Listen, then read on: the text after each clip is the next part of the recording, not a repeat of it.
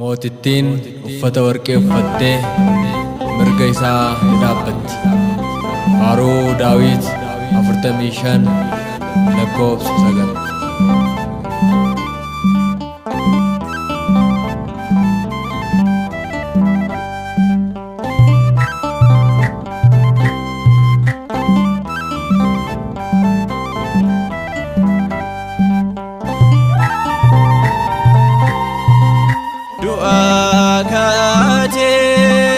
Maryam ine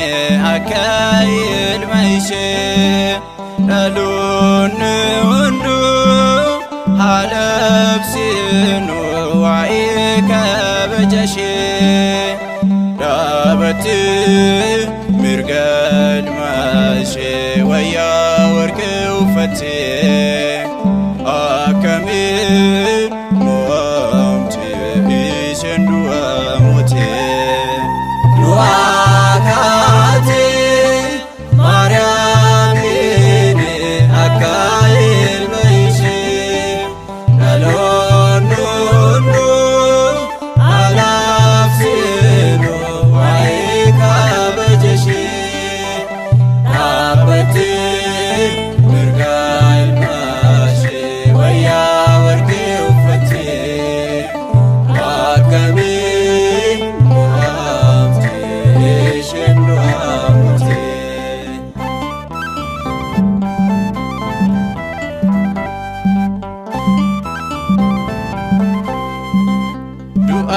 kan salbise ilmaati deesseedha kan seelli qimsu bolla isaa kamdha guyyaa sadii booda kaatee du'a keessa ogummaan ilma kee nama dinqisiisa du'aa kaatee Maryam ini akail maishe dalon dundu alafsinu waika bajashi abati mirgal mashe waya warke ufati akami muamti ishendu amote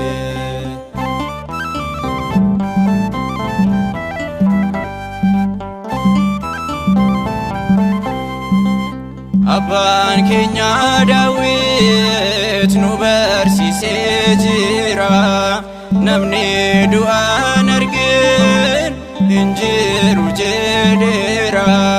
cubbuun duutee miti sababatu jira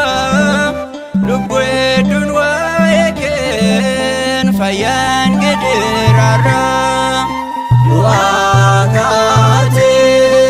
Maryam ini akail maishe dalun dundu alafsinu waika bajashi abati mirgal mashe waya warke ufati akami muamti ishendu amote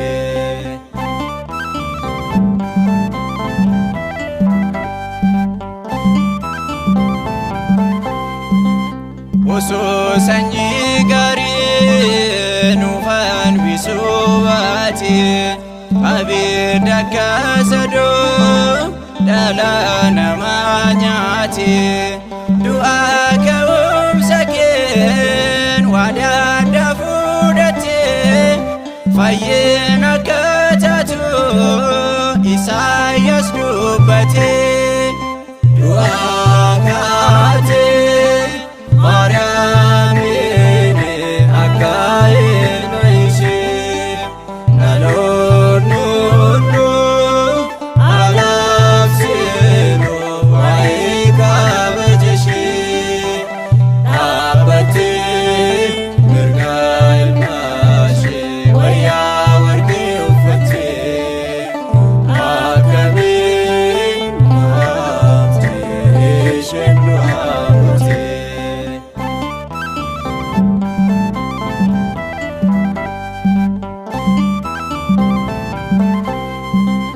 Du'aafuunis lubbuus ati yoom duutee haftee kabaja guddaadhaan samiitti ol baatee mirga ilma kee taatee baraan nuuf dhaabatta akka